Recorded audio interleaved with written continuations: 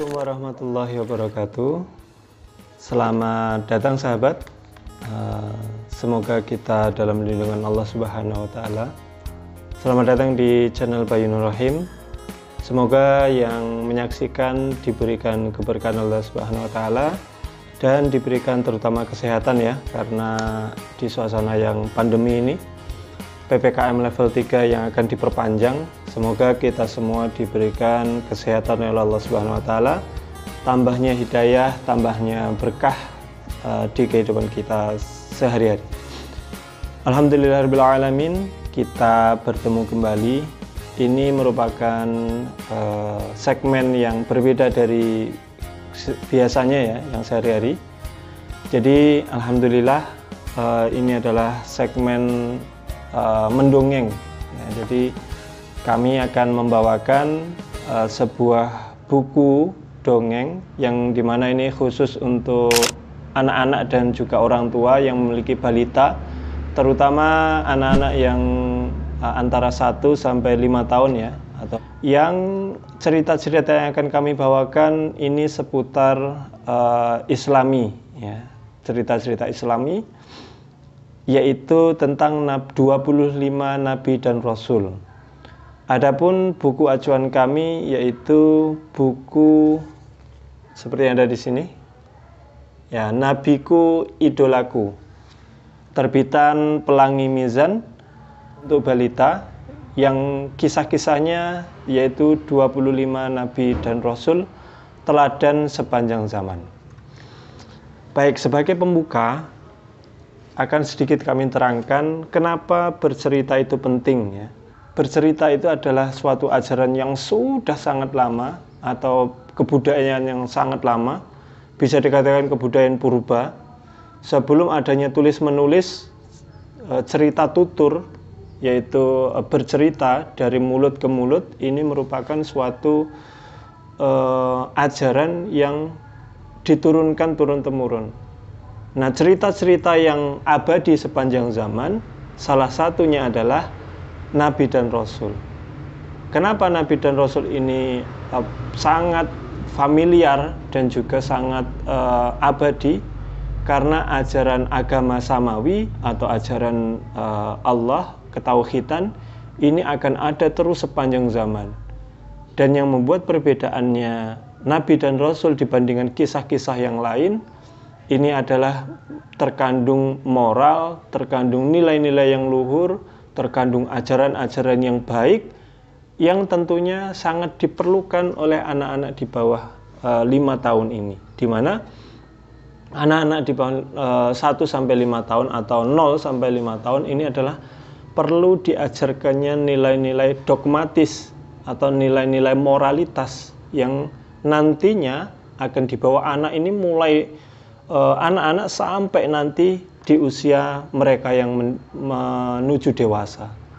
Jadi belum ada benar dan salah untuk anak-anak, dan inilah waktunya orang tua mengajarkan nilai-nilai benar dan salah itu.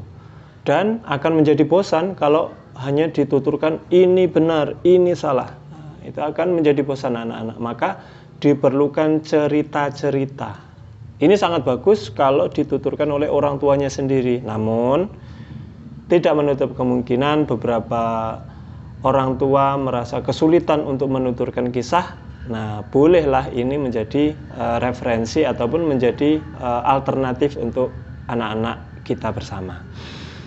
Nah, kelebihannya apa sih cerita-cerita yang ada di buku ini, gitu ya?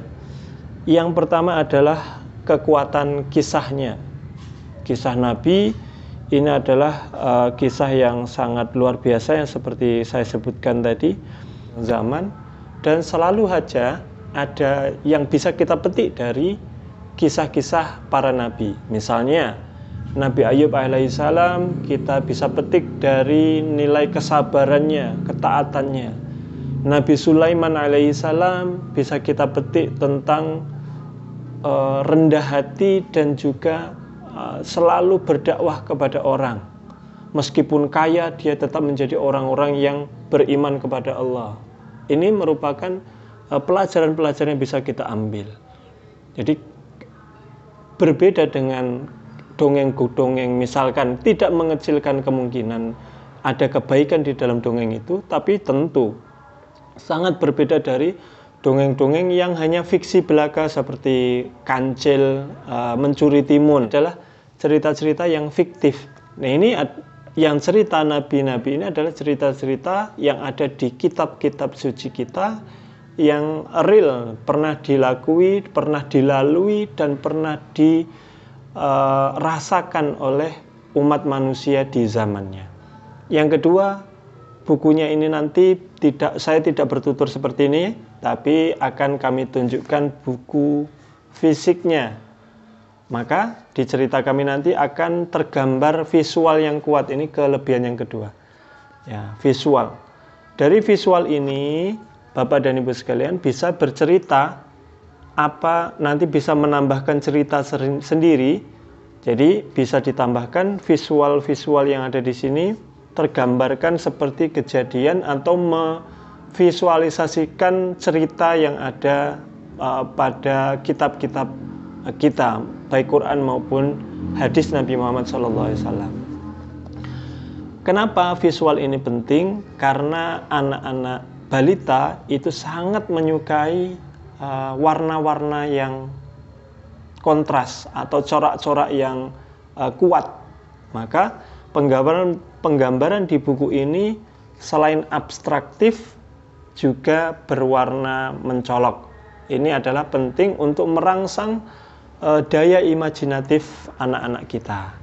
Dan yang ketiga, kalimatnya ini kalimat yang berima, mudah diterima, dan kalimatnya sangat familiar, tidak sulit dicerna oleh anak-anak kita. Dan kalimat berima ini, seperti yang ada ditulis buku panduannya, kemampuan anak membaca atau reading ability ternyata berkorelasi dengan exposure anak terhadap rhyme awareness, yaitu perkataan yang berima. Jadi semakin kita membacakan atau mengenalkan kata-kata yang berima, anak itu akan mudah nantinya jika telah bisa pandai membaca. Ini akan mempermudah mereka untuk menyerap informasi ilmu-ilmu pengetahuan yang mereka dapatkan. Misalkan ini kalimat yang berima. Allah mengajarinya nama-nama benda. Ini berima.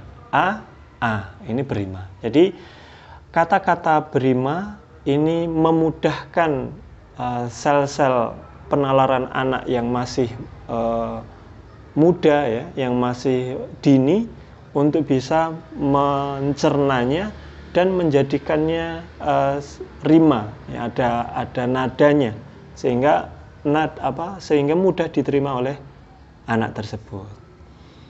Sebagai penutup pengantar pada kali ini, kita perlu mengenalkan anak terhadap nabi-nabi kita, 25 nabi dan rasul, karena menumbuh kembangkan putra dan putri kita menjadi karakter-karakter yang mulia. Ini merupakan tanggung jawab besar kita bersama. Anak adalah titipan dari Allah Subhanahu wa Ta'ala, anugerah yang terindah yang diberikan kepada kita, dan kita diberikan tanggung jawab untuk mendidik dan menumbuh kembangkannya. Maka sangat berdosalah kita jika nanti tumbuh besarnya anak berakhlak yang tidak semestinya karena kita tidak mengenalkan anak kepada idola seluruh umat manusia, yaitu nabi Allah, utusan Allah, rasul Allah Subhanahu wa Ta'ala. Mungkin itu dulu sebagai pengantar.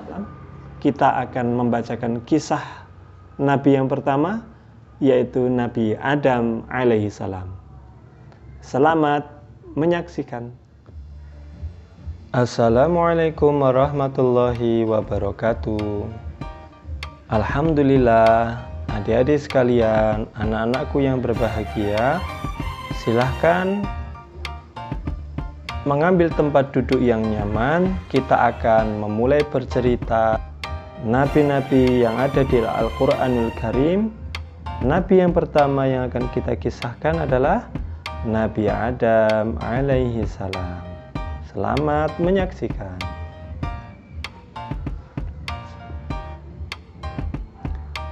Nabi Adam alaihi salam adalah seorang nabi yang satu-satunya yang diciptakan oleh Allah Subhanahu wa Ta'ala dari segumpal tanah. Nabi Adam alaihissalam juga diturunkan pertama kalinya di surga Allah Subhanahu wa Ta'ala. Itu sebagai pengantar. Yuk kita simak perlahan-lahan. Siap ya?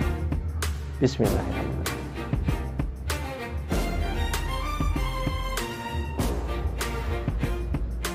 Inilah permulaan kisah manusia, di mana manusia pertama diturunkan oleh Allah Subhanahu wa Ta'ala di dalam surganya Allah yang sangat indah.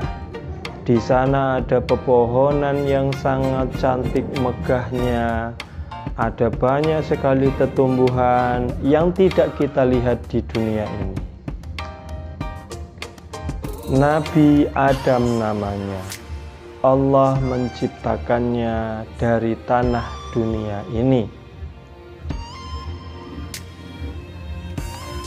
Sebagai khalifah di dunia, tugasnya menjadikan bumi sebagai tempat yang nyaman, penuh senyuman, hewan-hewan hidup dengan tenang, dan manusia, seluruh umat manusia menyembah Allah Subhanahu wa Ta'ala dengan nikmatnya.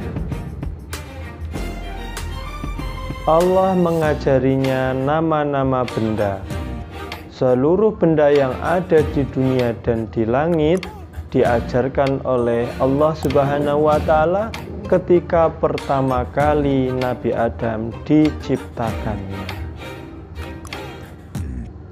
Lalu suatu ketika Nabi Adam murung bermuram muka karena di dalam surga yang amat luas hanya ada Nabi Adam seorang saja.